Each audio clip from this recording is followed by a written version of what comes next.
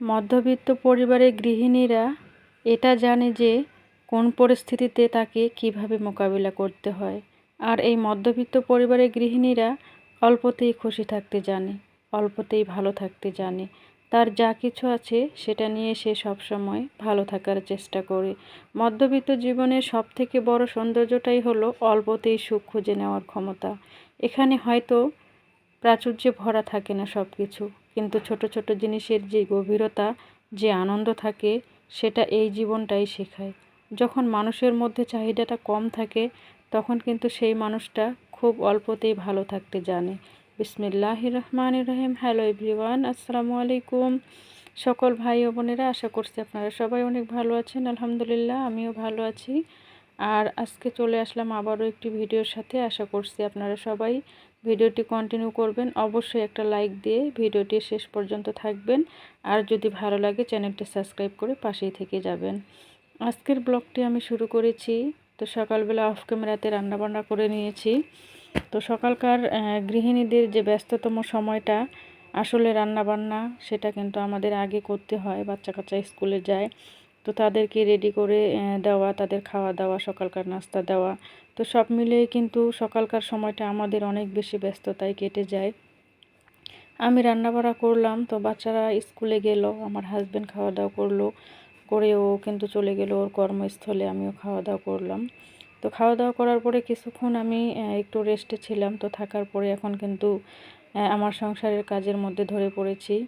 তো খাওয়া দাওয়া করার পরে একটা পান খেয়েছিলাম। তো খাওয়ার পরেই কিন্তু আমি কিছুটা সময় রেস্টে থাকার পরে আমি এখন কিন্তু থালা বাসনগুলো মেজে নিচ্ছি। অনেকগুলো থালা বাসন হয়েছে, তো সেগুলোই কিন্তু আমি এখন ধুয়ে নিচ্ছি। আসলে আমরা যারা মধ্যবিত্ত পরিবারের গৃহিণীরা আছি, আমরা কোন পরিস্থিতিতে কিভাবে আমাদেরকে মোকাবেলা করতে হবে সেটা কিন্তু আমরা শিখে গেছি, সেটা কিন্তু আমরা জানি, সেটা কিন্তু আমরা বুঝি। আমাদের যখন যেমন হয় ইনকাম, তখন কিন্তু সেইভাবেই আমাদেরকে চলতে হয়। ওই যে কথায় আছে যে যেই পাশে পানি পড়বে সেই পাশে ছাতা ধরবো। তো এইরকম একটা অবস্থা আমাদের, আমরা যারা মধ্যবিত্ত পরিবারের গৃহিণীরা আছি, যেই পাশে বৃষ্টি পড়ে সেই পাশেই কিন্তু আমরা ছাতা ধরি, তাই না? এটা কিন্তু একটা প্রবাদে কথা আছে।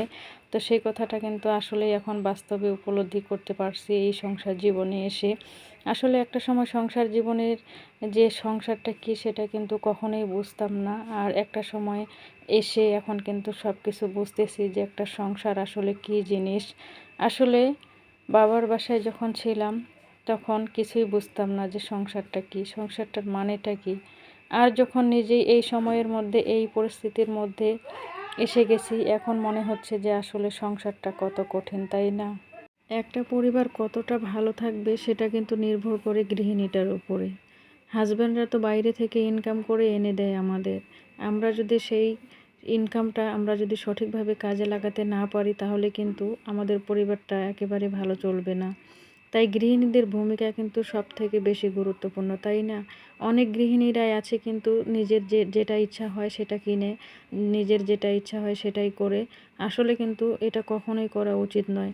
আমাদের সংসারের যেই জিনিসগুলো সব থেকে বেশি প্রয়োজনীয়, যেগুলো না করলেই হয় না, সেগুলো কিন্তু আমাদেরকে আগে করতে হবে।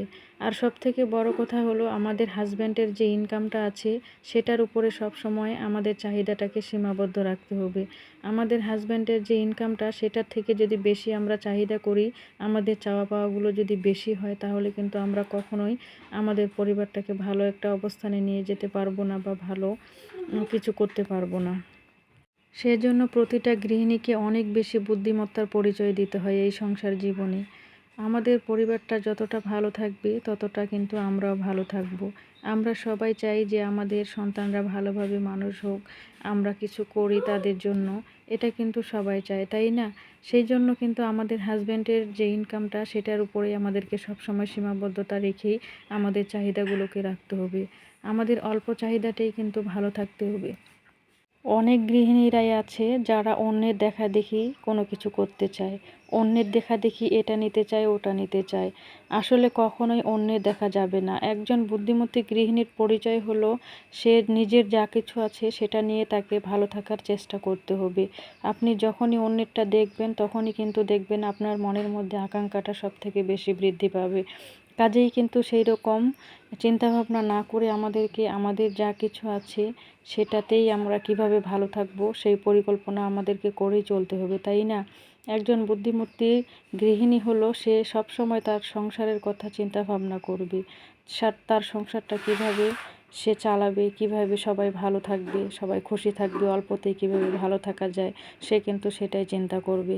কাজেই অহেতুক আমাদের কিন্তু অযথা খরচ না করে আমাদেরকে একটু হিসেব করেই চলতে হবে, তাই না? আমরা যদি হিসেব করে চলে কিছুটা সঞ্চয় করে রাখতে পারি তাহলে কিন্তু একটা সময় দেখবেন যখন আমরা বিপদে আপদে পড়ব ওই সময়টার মধ্যে কিন্তু কেউ পাশে থাকে না। কঠিন বিপদের সময় আপনি পড়ে দেখেন আপনার আশেপাশে কেউই থাকবে না। আর যখন আপনার নিজের কিছু থাকবে তখন আপনি কিন্তু সেই সমস্যাটা সমাধান করে নিতে পারবেন, যখন আপনার কিছু থাকবে। আর যখন আপনার কিছু থাকবে না তখন আপনাকে কেউ কিন্তু জিজ্ঞাসাও করতে আসবে না। আসলে তেলা মাথায় কিন্তু সবাই তেল দিতে জানে, তাই না? আর যার থাকে না তার মাথায় কিন্তু কেউ তেল দেয় না। বর্তমান যুগে কিন্তু এইভাবেই চলছে এই পৃথিবীটা। স্বার্থের জন্য সবাই শুধু নিজেকে ব্যবহার করে। যখন স্বার্থটা ফুরিয়ে যায় তখন কিন্তু আর কেউ পাশে থাকে না, তাই না? সবাই শুধু নিজ নিজ স্বার্থ নিয়ে সবাই এই দুনিয়ার মধ্যে স্বার্থের জন্য স্বার্থের পিছে সবাই কিন্তু পড়ে আছে, তাই না? কাজেই আমরা কিভাবে ভালো থাকবো সেটা অন্যের দিকে না তাকিয়ে আমাদের নিজেদের মধ্যে সীমাবদ্ধ রেখে আমরা ভালো থাকার চেষ্টা করব সব সময়। তো আসলে আমি কথা বলতে বলতে অনেকগুলো কাজও করে নিচ্ছি। তো আমি কিন্তু এখন অনেকগুলো কাপড় ধুয়েছি, তো সেগুলোই কিন্তু রোদের মধ্যে দিচ্ছি। তো আসলে আমি একটা কথা আপনাদেরকে বলতে চাই, সেটা হলো অনেকে আছে ভিডিওটা কিন্তু সম্পূর্ণ দেখে না, না দেখেই একটা কমেন্ট করে আপনারা চলে যান। আপনাদের কাছে আমি আশা করব আপনারা যার ভিডিওটা দেখবেন অবশ্যই ফুল ওয়াচটা দিয়ে যাবেন। বিশেষ করে আমরা যারা নতুন আছি আমাদের জন্য তো অনেক বেশি গুরুত্বপূর্ণ। আমরা যদি সম্পূর্ণ ভিডিওটা না দেখি তাহলে কিন্তু সে ওয়াচ টাইমটা একদমই পাবে না। তো আশা করব আপনারা যার ভিডিও দেখবেন অবশ্যই ফুল ওয়াচ করে দিয়ে তারপরে কমেন্ট করে যাবেন। আমি যার ভিডিও দেখি না কেন আমি সম্পূর্ণ ভিডিওটা দেখে তারপর কমেন্ট করি। আমরা যদি সবাই এইভাবে সবার পাশে থাকি, সবাইকে একটু বেশি বেশি সাপোর্ট করি, বেশি বেশি ভালোবাসা দিই, তাহলে কিন্তু আমাদের সামনের দিকে এগিয়ে যাওয়াটা অনেক বেশি সহজ হয়ে যাবে, তাই না? আমি জানি না আমার ভিডিওর মধ্যে কেন এত ভিউজ কম হয়। আমি এত পরিমাণে অন্যের ভিডিও দেখি, পুরো ভিডিওটা দেখে কমেন্ট করি, এত ভালোবাসা দিই, তারপরেও জানি না আমার ভিডিওতে ভিউ হয় কেন কম।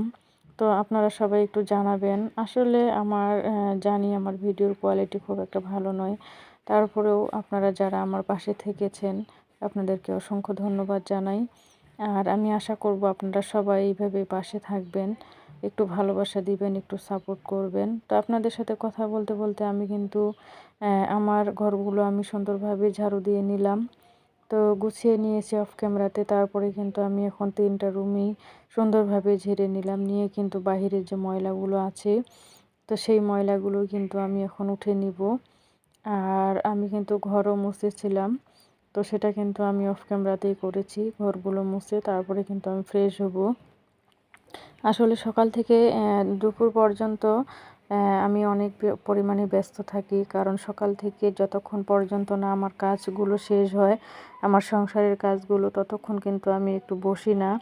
কারণ আমি আমার সংসারের যে কাজগুলো আছে তার সবগুলোই আমি কমপ্লিট করার পরে তারপর যখন নিজে ফ্রেশ হব, নিজে ফ্রেশ হয়ে তারপর একটু খাওয়া দাওয়া করব, করে তারপর কিন্তু আমি রেস্ট করব। তো এইভাবে কিন্তু আমার প্রতিদিনটাই চলে যায়। তো আসলে সংসারের কাজকর্মটাকে আমরা গৃহিণীরা ভালোবাসি বলেই কিন্তু আমাদের সংসারটাকে আমরা এইভাবে সুন্দরভাবে রাখতে পছন্দ করি, তাই না? তো আজকের মতো বিদায় নিচ্ছি, সবাই ভালো থাকবেন, আল্লাহ হাফেজ।